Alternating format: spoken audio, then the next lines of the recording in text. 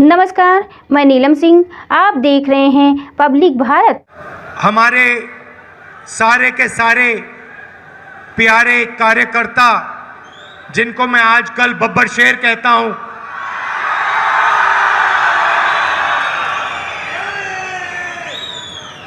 आमतौर से बब्बर शेर अकेला होता है, जंगल में अकेला मिलता है। यहां पे आया हूं, हजारों बब्बर शेर बैठे हैं एक साथ।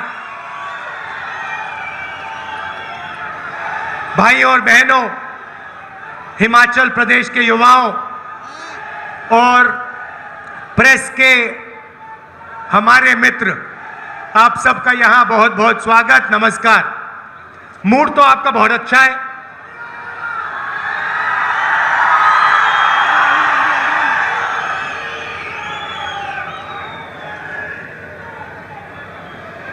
सुक्खू जी ने कहा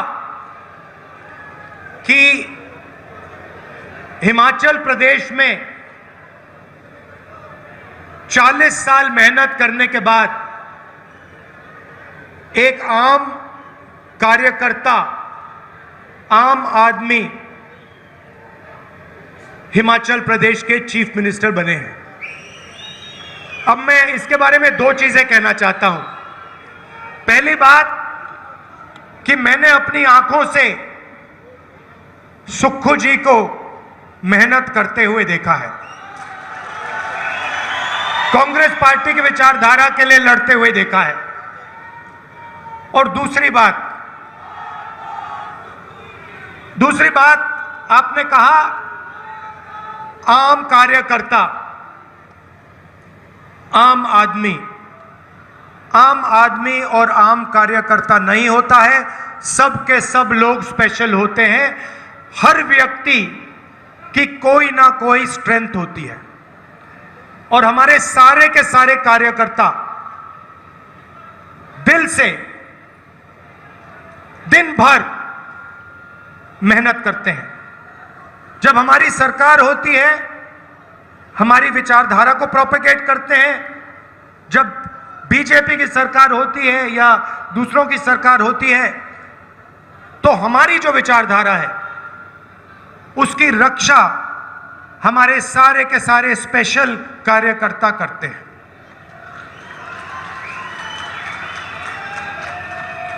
हमारे कार्यकर्ताओं में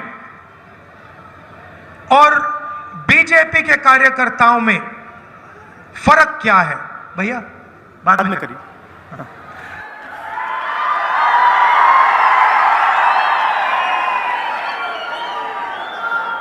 आपसे बातचीत करनी है, डायरेक्ट कर रहा हूं।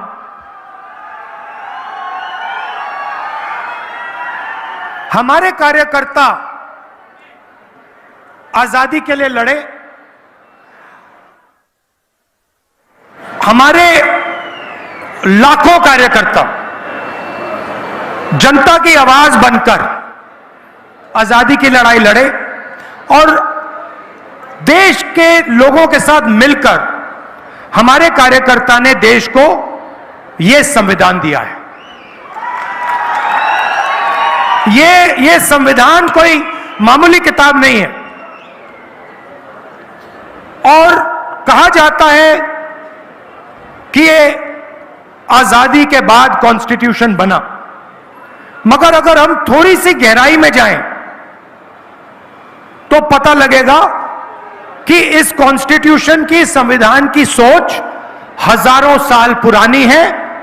हिंदुस्तान के महापुरुषों की सोच इस कॉन्स्टिट्यूशन में है और ये हिंदुस्तान की, भारत की बहुत पुरानी आवाज है।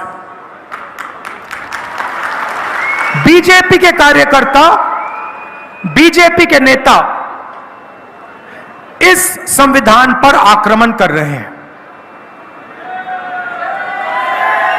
संविधान पर आक्रमण करने के अलग अलग तरीके हैं। सबसे पहला डायरेक्ट आक्रमण। उनके नेता खुलकर कह रहे हैं, मीडिया को कह रहे हैं कि अगर हमारी सरकार बनी, 400 पार हो गई, तो हम इसको बदल देंगे, फाड़ के फेंक देंगे। तो एक तो हुआ डायरेक्ट सामने कि हम इसको खत्म करेंगे। कांग्रेस पार्टी कहती है ये देश की आवाज है, वो कहते हैं नहीं, हमें ये नहीं चाहिए, देश की आवाज नहीं होनी चाहिए, सिर्फ नरेंद्र मोदी की आवाज होनी चाहिए। मतलब आपने सुना, अपने आप अपने कानों से आपने सुना। आजकल नरेंद्र मोदी के इंटरव्यू चल रहे हैं, देखे होंगे आपने। वो 4 चमचे बैठा देते हैं और फिर वो सवाल पूछते हैं, मोदी जी एक बात बताइए, आप आम कैसे खाते हो? आप क्या उसको छील के खाते हो या चूस के खाते हो? मोदी जी जवाब देते हैं, पता नहीं, सब कुछ अपने आप होता है।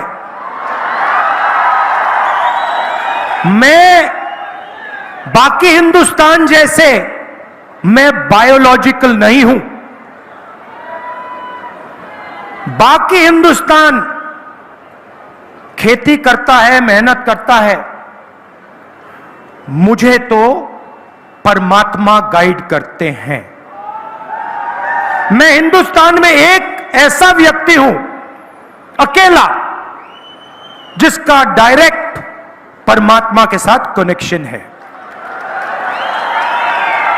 उन्होंने कहा और चमचे कहते हैं, वाह वाह वाह वाह वाह, कमाल की बात बोल दी, कमाल की बात बोल दी, क्या बोला, क्या बोला। मतलब एक व्यक्ति जिसको डायरेक्ट परमात्मा के साथ कनेक्शन है, उसको इसकी क्या जरूरत? वो तो डायरेक्ट बात कर रहे हैं। मुझे थोड़ा डर लग रहा है। मैं सोच रहा हूं कि भाई इनके हाथ में तो परमाणु बम है, और मैं उनसे पूछना चाह रहा हूं, नरेंद्र मोदी जी, जो ये आपको फीलिंग आती है, क्या ये सुबह आती है, शाम को आती है, या 24 घंटे आती है? मतलब ये पीरियोडिकली आती है, जैसे शाम के 8 बजे आती है, या सुबह 7 बजे आती है, या फिर पूरे दिन चलती है? अलग अलग बीमारियां होती हैं, कोई शाम को आती है, कोई सुबह लगती है। तो ये मैं पूछना चाहता हूं नरेंद्र मोदी जी, आप अकेले हैं, आप डायरेक्ट भगवान से बात कर रहे हो।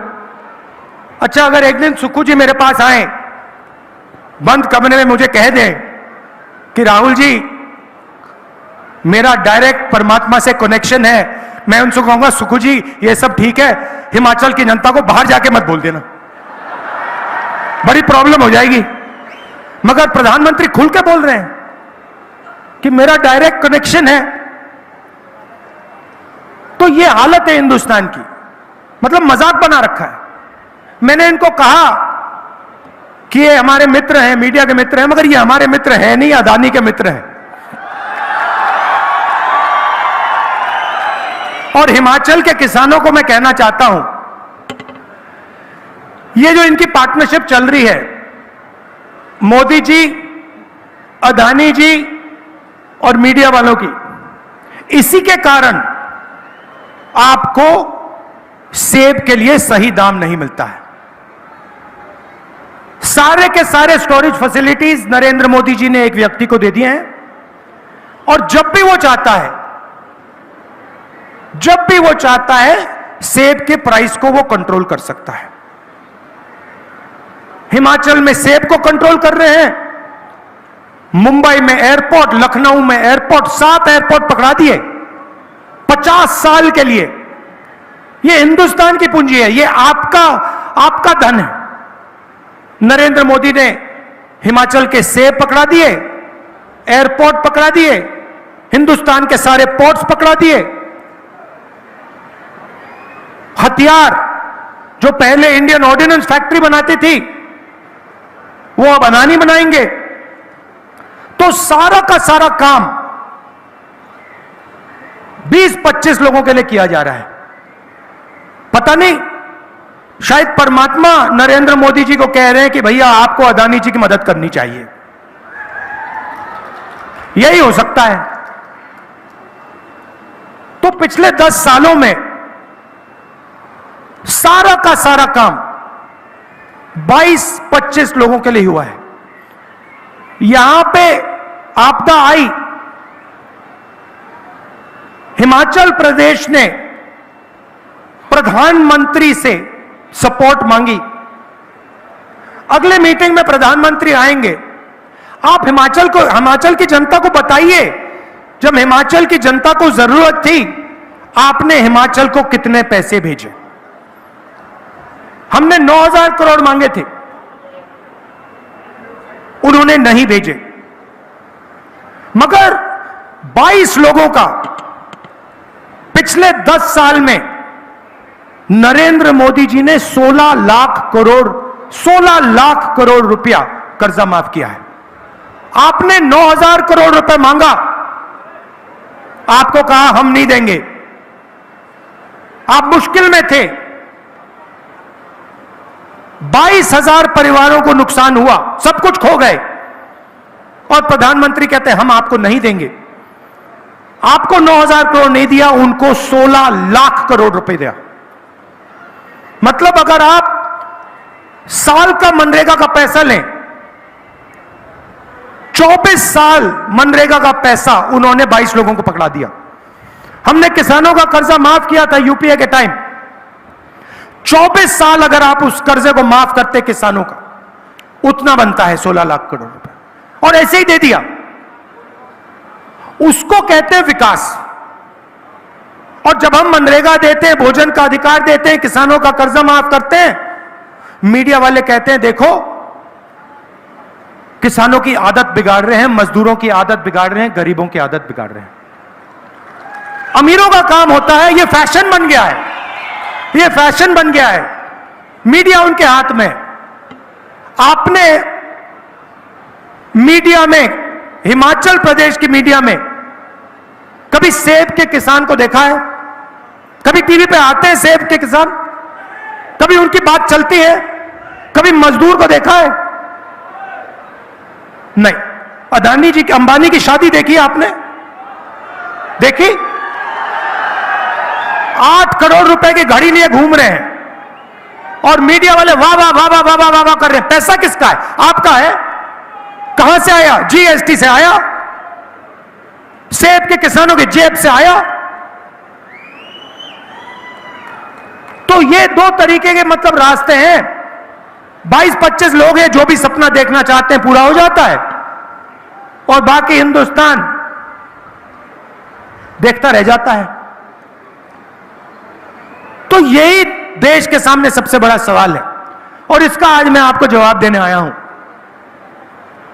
10 साल में उन्होंने 16 लाख करोड़ रुपया 22-25 लोगों को दिया है, मतलब 22 अरबपति उन्होंने बनाए हैं। अगर आप अदानी की शेयर प्राइस देखें, प्रधानमंत्री नरेंद्र मोदी स्वेर इन होते हैं, और उसके एकदम बाद आज आप जाके गूगल पे देखिए, अदानी जी की शेयर प्राइस बढ़ती जाती है, बढ़ती जाती है, बढ़ती जाती है, डायरेक्ट। पूरा देश जानता है, जो शेयर्स खरीदते हैं जानते हैं कि भैया अगर नरेंद्र मोदी है तो अदानी का बिजनेस आसमान में जाएगा। पूरा देश जानता है, सारे इन्वेस्टर्स जानते हैं। तो इन्होंने 22 अरबपति बनाए। अब हमें भी काम करना है, हम करोड़ों लाखपति बनाने जा रहे हैं।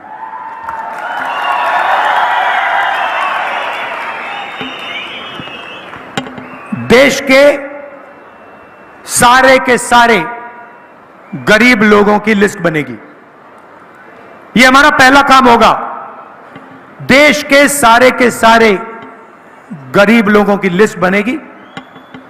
हर परिवार में से, हर गरीब परिवार में से एक महिला का नाम चुना जाएगा। हिमाचल प्रदेश में, उत्तर प्रदेश, तमिलनाडु, हर प्रदेश में इस लिस्ट में किसान के परिवार होंगे, मजदूर के होंगे, बेरोजगार युवाओं के परिवार होंगे, छोटे व्यापारियों के परिवार होंगे। 5 जुलाई को करोड़ों महिलाओं के बैंक अकाउंट में 8,500 रुपए आपको मिलेगा। जुलाई में 5 जुलाई, 5 अगस्त, सितंबर, अक्टूबर, नवंबर, दिसंबर, जनवरी, ठकाठक ठकाठक ठकाठक ठकाठक ठकाठक अंदर। और मैं आपको अभी बता रहा हूं, जब ये होगा, ये सारे के सारे प्रेस वाले कहेंगे कि देखो इंडिया की सरकार गरीबों को डायरेक्ट बैंक अकाउंट में पैसा डालकर उनकी आदत बिगाड़ दी है। और मैं कहूंगा कि अगर आप लोगों ने ज्यादा बोला, हम उसको दुगना कर देंगे।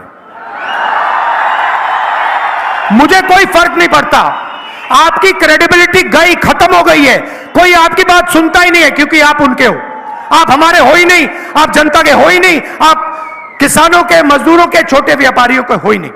नोटबंदी की नरेंद्र मोदी जी ने, हिंदुस्तान के सारे छोटे व्यापारियों को खत्म कर दिया। जीएसटी, गलत जीएसटी लागू की, प्रेस वालों ने एक शब्द नहीं बोला, बिल्कुल चुप बैठे रहे। तो इसीलिए हर महीने खटाखट खटाखट खटाखट खटाखट अंदर जाएगा, और उस दिन तक जाएगा जिस दिन तक ये परिवार गरीबी रेखा से नीचे होंगे। जब परिवार गरीबी रेखा से ऊपर आ जाएगा तो उसके खाते में यह पैसा नहीं आएगा, मगर उस दिन तक सब गरीबों को हिंदुस्तान की सरकार 1 लाख रुपए साल का देगी। यहां पे किसानों को प्राइस फिक्सिंग का मुकाबला करना पड़ता है। जैसे मैंने कहा, अदानी जी आते हैं, किसानों को सेब बेचना होता है, प्राइस गिर जाती है, और उसके एकदम बाद जब किसान सेब बेच देता है, प्राइस बढ़ जाती है। यह हालत पूरे देश में है। किसान जाते हैं, मार्केट में जाते हैं, कुछ भी खरीदते हैं, शर्ट, पैंट, मोबाइल फोन, उस पर प्राइस लिखी होती है,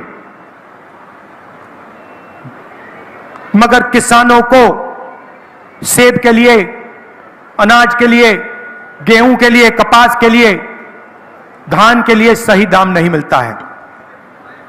सही बात है ना? इसीलिए पहली बार हम एक क्रांतिकारी काम करने जा रहे हैं। हिंदुस्तान में हिंदुस्तान के किसानों को एक कानूनी मिनिमम सपोर्ट प्राइस, कम से कम दाम, कानूनी कम से कम दाम हम देने जा रहे हैं। और वहां नहीं रुकेंगे। मैंने महिलाओं की बात की, 1 लाख रुपए आपके बैंक अकाउंट में जा रहा है। किसानों का हम कर्जा माफ करने जा रहे हैं। जैसे उन्होंने अरबपतियों का किया, वैसे हम किसानों का करेंगे। अच्छा, एक बात भूल गया, यहां पे महिलाएं भी हैं, पुरुष भी बैठे हैं। मैं इनके चेहरे देख रहा हूं, पुरुषों के चेहरे देख रहा हूं, ये देख रहे हैं मेरी ओर, ये कह रहे हैं भैया महिलाओं के बैंक अकाउंट में क्यों, हमारे बैंक अकाउंट में क्यों नहीं? महिलाएं थोड़ी खुश दिख रही हैं, पुरुष सोच रहे भैया बैंक अकाउंट से पैसा हमारे यहां कैसे आएगा, प्लानिंग कर रहे हैं। तो मैं आपको बताना चाहता हूं कि महिलाओं के बैंक अकाउंट में क्यों, और शायद हिमाचल प्रदेश इसका सबसे बड़ा उदाहरण है। 21वीं सदी में स्त्री और पुरुष दोनों काम करते हैं। स्त्री और पुरुष मजदूरी करते हैं, जॉब करते हैं, डिलीवरी का काम करते हैं, कॉल सेंटर में काम करते हैं। 8-10 घंटे हिंदुस्तान के स्त्री और पुरुष घर के बाहर काम करते हैं। उसके लिए स्त्री को और पुरुष को सैलरी मिलती है, पैसा मिलता है, कॉम्पनसेशन मिलती है। मगर फिर शाम को स्त्री और पुरुष घर जाते हैं। पुरुष रिलैक्स करते हैं और स्त्री 8 घंटे और काम करती है। मतलब अगर हिमाचल प्रदेश के पुरुष 8 घंटा काम करते हैं दिन में, तो हिमाचल प्रदेश की जो स्त्री है वो 16 घंटे काम करती है। ये शायद पुरुषों को बात अच्छी नहीं लगी। देखिए ये ताली और बजा रही हैं, आप थोड़ी ताली कम बजा रही हैं। इसीलिए हम महिलाओं के बैंक अकाउंट में 1 लाख रुपए 8,500 खटाखट डाल रहे हैं। मगर मैं जानता हूं कि अंत में प्रेशर डाल के आपके बैंक अकाउंट से ये लोग पैसा उठा के ले जाएंगे, तो इनको भी फायदा होगा। अब यहां युवा भी हैं, कह रहे हैं भाई राहुल जी आप किसानों की बात कर रहे हो, आपने अरबपतियों की बात की, डिमोनेटाइजेशन जीएसटी की बात की, महिलाओं के बैंक अकाउंट में पैसा डाल रहे हो, हमारा क्या होगा? नरेंद्र मोदी जी ने हमें वायदा किया था 2 करोड़ युवाओं को रोजगार दूंगा, कुछ नहीं हुआ। सरकारी रोजगार, सरकारी प्लेसमेंट्स नहीं होती हैं, पेपर लीक होते रहते हैं, हमें झूठ बोला जाता है, हमारा क्या होगा? सबसे पहले हमने पता लगाया है 30 लाख सरकारी नौकरियां खाली पड़ी हैं, वो 30 लाख नौकरियां हम आपके हवाले कर देंगे। मैं आपको 2 करोड़ का झूठ नहीं बोलूंगा, हमने पता लगाया है, जो हम कर सकते हैं मैं आपको बोलूंगा। तो 30 लाख सरकारी नौकरियां हम आपके हवाले कर देंगे। दूसरी बात,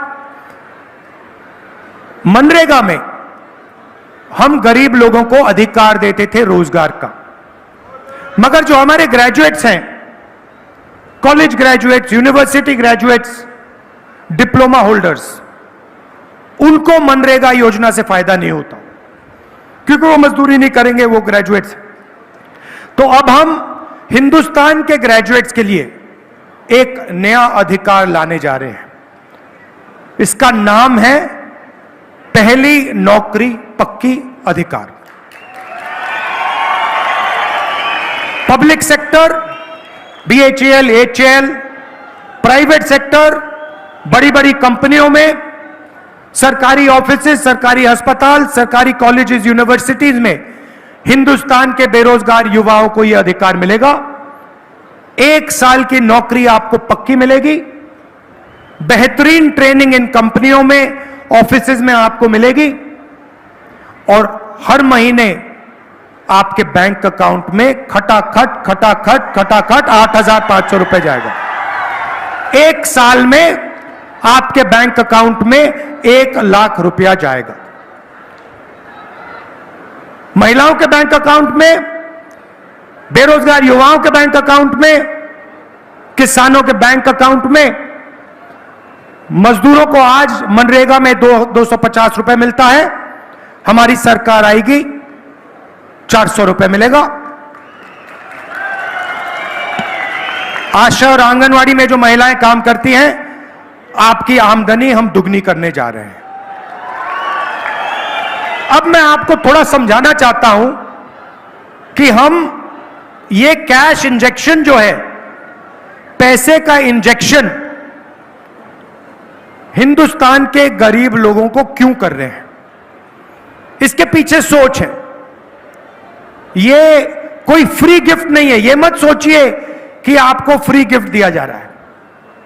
देखिए नरेंद्र मोदी जी ने उनका 16 लाख करोड़ रुपया कर्जा माफ किया, अदानी का, अंबानी का, बड़े बड़े अरबपतियों का।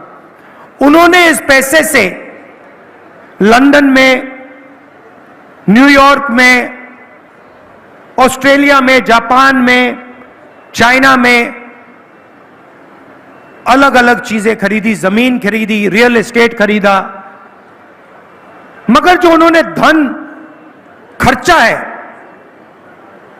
वो पूरा का पूरा उन्होंने बाहर खर्चा है, हिंदुस्तान में पैसा नहीं खर्चा है। इसके कारण हिंदुस्तान की अर्थव्यवस्था आस्ते चलने लगी है, रोजगार नहीं पैदा हो रहा है। अब हम क्या कर रहे हैं, हम पैसा आपके बैंक अकाउंट में डाल रहे हैं। आप इसको अमेरिका में नहीं खर्च करोगे, जापान में नहीं खर्च करोगे, आप इसको हिमाचल प्रदेश के गांव में, कस्बों में, शहरों में, शिमला में, बाकी प्रदेशों में इसको जाके खर्च करोगे। जैसे ही आप ये पैसा हजारों करोड़, लाखों करोड़ रुपए, जैसे ही आप इस पैसे को खर्च करोगे, वैसे ही आप कैसे खर्च करोगे, आप शर्ट खरीदोगे, पैंट खरीदोगे, स्कूटर खरीदोगे, मोटरसाइकिल खरीदोगे, मोबाइल फोन खरीदोगे, ये चीजें खरीदोगे। जैसे ही आप खरीदना शुरू करोगे, वैसे ही हिंदुस्तान की फैक्ट्रियां मेड इन इंडिया शुरू हो जाएगा। और उन्हीं फैक्ट्रियों में जिन बेरोजगार युवाओं को हम ट्रेनिंग दे रहे हैं, जिनके बैंक अकाउंट में हम 1 लाख रुपए डाल रहे हैं, उन्हीं फैक्ट्रियों में मेड इन इंडिया वाली, सच्ची मेड इन इंडिया वाली फैक्ट्री में उन्हीं बेरोजगार युवाओं को रोजगार मिलने जा रहा है। तो एक प्रकार से जैसे मोटरसाइकिल स्टार्ट होती है, पहले आपको फ्यूल टैंक में पेट्रोल भरना पड़ता है, वैसे ही हम हिंदुस्तान की अर्थव्यवस्था में पेट्रोल, फ्यूल डाल रहे हैं। आपके जेब में फ्यूल डाल रहे हैं, उसके बाद हिंदुस्तान की अर्थव्यवस्था चालू होगी और एक बार फिर जो पहले रोजगार होता था वो एक बार फिर आपको मिलेगा। तो ये हमारी प्लानिंग है। मैं आप सबका दिल से धन्यवाद करता हूं।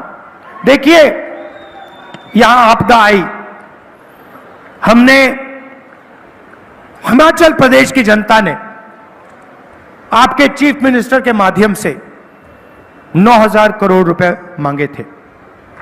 उन्होंने यह पैसा आपको नहीं दिया, मना किया। और उसके एकदम बाद जब हिमाचल प्रदेश को सरकार की सबसे ज्यादा जरूरत थी, उन्होंने पूरा दम लगाकर आपकी सरकार को चोरी करने की कोशिश की। यह आप भूलिए मत। लड़ाई कॉन्स्टिट्यूशन की है, संविधान की है। जो भी आपको मिला है, आपको स्टेट मिला ना, जो आपको हिमाचल प्रदेश स्टेट मिला, वो इस कॉन्स्टिट्यूशन की देन है। इस कॉन्स्टिट्यूशन के बिना हिमाचल प्रदेश प्रदेश ही नहीं बन सकता था। इसीलिए इसकी रक्षा करनी है। यह अंबेडकर जी का कॉन्स्टिट्यूशन है, महात्मा गांधी जी का, जवाहरलाल नेहरू का, और हिंदुस्तान की आवाज इस कॉन्स्टिट्यूशन में गूंजती है। मैं जानता हूं हमारे कार्यकर्ता इस कॉन्स्टिट्यूशन, संविधान के लिए लड़ेंगे और यहां पे हिमाचल प्रदेश में चारों की चारों सीट कांग्रेस पार्टी को आप दिलवाने का काम करेंगे।